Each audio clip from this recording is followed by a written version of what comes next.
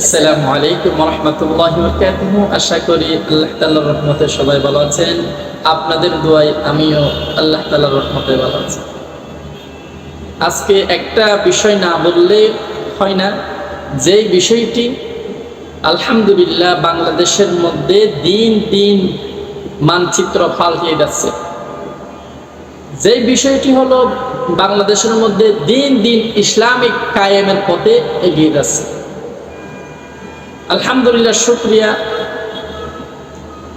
বাংলাদেশের নিউজ এখন চ্যানেল দেখলে খুব ভালো লাগে, যার তারা ইসলামিক দিন দিন ইসলামিককে উত্তোলন করতেছে, এটা তাদেরকে অবশ্যই সেলুট জানাই।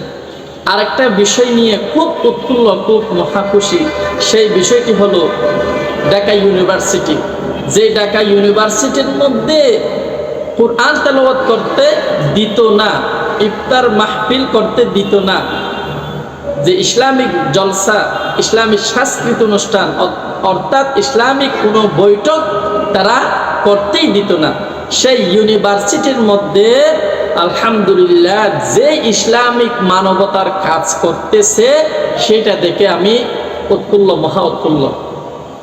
যে ইউনিভার্সিটির মধ্যে যে ছাত্ররা সারা রাত কাজ করতেছে বন্যার্থীদের পাশে দাঁড়ানোর জন্য, তারা যেই ত্রাণ সংগ্রহ করতেছে সেটা সারা রাত তারা প্যাকিং করতেছে।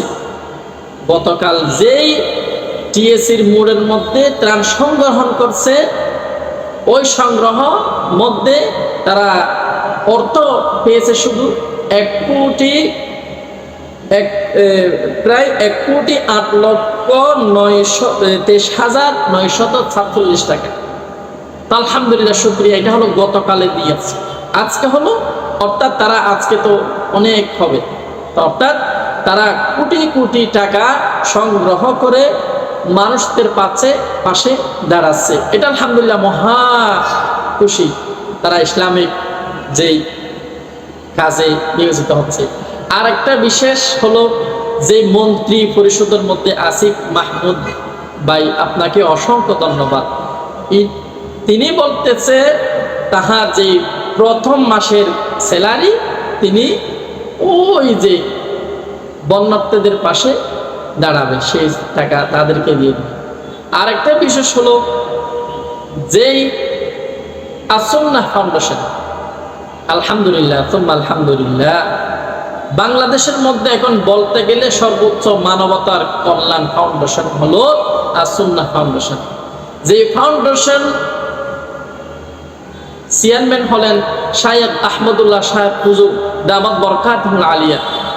অবশ্যই হুজুরের জন্য দোয়া করি, আল্লাহর কাছে মন ভরে দোয়া করি আল্লাহ তাআলা হুজুরকে যেন পরিপূর্ণ সুস্থতার সহিত হায়াতে তয়্যিবা নাসিব করে। এবং সেই ফাউন্ডেশন যখন হুজুরে ঘোষণা দিতেছে, আমরা অমুক জায়গার মধ্যে, অর্থাৎ যে ফেনী, লক্ষ্মীপুর, নোয়াখালী, কুমিল্লার মধ্যে যে পানি বন্যার্থীদের তারা কষ্ট পাইতেছে তাদের জন্য আমরা ত্রাণ নিয়ে যাব, তখন বলো হুজুরের ফাউন্ডেশনের মধ্যে একটা টাকা কেউ দেয় নাই। অর্থাৎ আগের টাকা ছিল কিন্তু নতুন ভাবে কেউ একটা টাকাও দেয় নাই। আলহামদুলিল্লাহ, এই হুজুরের কথার অনুসারে প্রায় 3 লক্ষ একদিনে, অর্থাৎ 3 লক্ষ মানুষে টাকা দিয়েছে, শুধু 3 লক্ষ টাকা না, অর্থাৎ 3 লক্ষ মানুষে টাকা দিয়েছে। তো এর মধ্যে যে যা পারে দিয়েছে আলহামদুলিল্লাহ। তো সর্বমোট অঙ্ক হলো টাকার অঙ্ক 20 কোটি টাকা। আপনার কম লাগতেছে নাকি? এই হুজুরের উপর বিশ্বাস রেখে যেই মানুষে 3 লক্ষ মানুষে টাকা দিয়েছে, মোট করলে হয় 20 কোটি টাকা, অর্থাৎ আরো বাড়তে পারে। এটা হলো গতকালের নিউজ, আজকে তো অনেক বাড়তে পারে। তো আলহামদুলিল্লাহ, এই যে ফারাক্কাবাদ যায়, যে ভারতে যে আমাদের প্রতি অমানবিক যে কাজটা করেছে, এটা আমাদের জন্য খুব কষ্টকর, কিন্তু বলতে গেলে আল্লাহ তাআলা এটার মাধ্যমে বাংলাদেশের মানুষকে একতাবদ্ধ শিখিয়ে দিতেছে।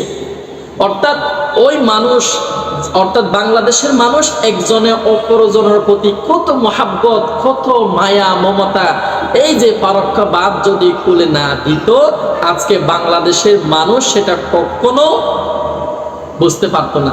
সেই জন্য আমরা সাধুবাদ জানাই ওই ভারতকে, যে ভারত আমাদেরকে কষ্ট দেওয়ার জন্য, আমাদেরকে এই বিপদে ফেলার জন্য যে ফারাক্কাবাদ যে আমাদেরকে নিউজ না দিয়ে তুলে দিল, সেই ভারতকেও ধন্যবাদ জানাই। এই ধন্যবাদ এইটার জন্য জানাই, যেই ফারাক্কাবাদ না করলে আমরা মানুষ একে অপরের প্রতি যে এত সহানুভূতি, এত দয়া, যেখানে রাসূল পাক সাল্লাল্লাহু আলাইহি ওয়াসাল্লাম বলেছেন লা ইয়ারহামুল্লাহু মান লা ইয়ারহামুন নাস, ওই ব্যক্তির উপর আল্লাহ তাআলার রহমত এবং দয়া বর্ষণ হয় না যেই মানুষ অপর মানুষের বিপদের সাথে অপর মানুষেরকে দয়া করবে না, রহম করবে না, বিপদে পড়লে পাশে দাঁড়াবে না, সাহায্য করবে না, ওই রকম মানুষের প্রতি আল্লাহ তাআলার রহমত বর্ষণ হয় না। এখান থেকে বোঝা যায় বাংলাদেশের মানুষের প্রতি কত দয়া, কত মায়া, কত মহাব্বত করতেছে। তো সেই জন্য আমিও বলি, আল্লাহ তাআলা এইসব গজব দিয়ে মানুষকে একবারে নির্বিশেষ করতে চাই, কিন্তু আল্লাহ তাআলা তো জানে এটা দিয়ে ওইটা করতে হয়, সে তদরূপ আল্লাহ তাআলা এটা দিয়ে বাংলাদেশের মানুষের মহাব্বত, বীর মহাব্বত আরো বাড়িয়ে দিতেছে। যেখানে কোটি কোটি মানুষ টাকা দিয়ে তাদের সাথে কি করতেছে, দাঁড়াইতেছে। তো এটা আলহামদুলিল্লাহ, শুকরিয়া, অসংখ্য ধন্যবাদ। আল্লাহ তাআলা দোয়া করি আল্লাহ তাআলা সকল বাংলাদেশের মানুষ অর্থাৎ ধর্ম বর্ণ যা আছে সবাই যেন একত্রভাবে থেকে বাংলাদেশকে যেন প্রতিষ্ঠিত করতে পারে, বাংলাদেশের জন্য অর্থাৎ সারা ওয়ার্ল্ডের মানচিত্রের মধ্যে যেন বাংলাদেশটি এক নক্ষত্রভাবে তুলতে পারে, সেই দোয়া কামনা করি। ওয়া আখিরু দাওয়ানা আলহামদুলিল্লাহি রাব্বিল আলামিন। আসসালামু আলাইকুম।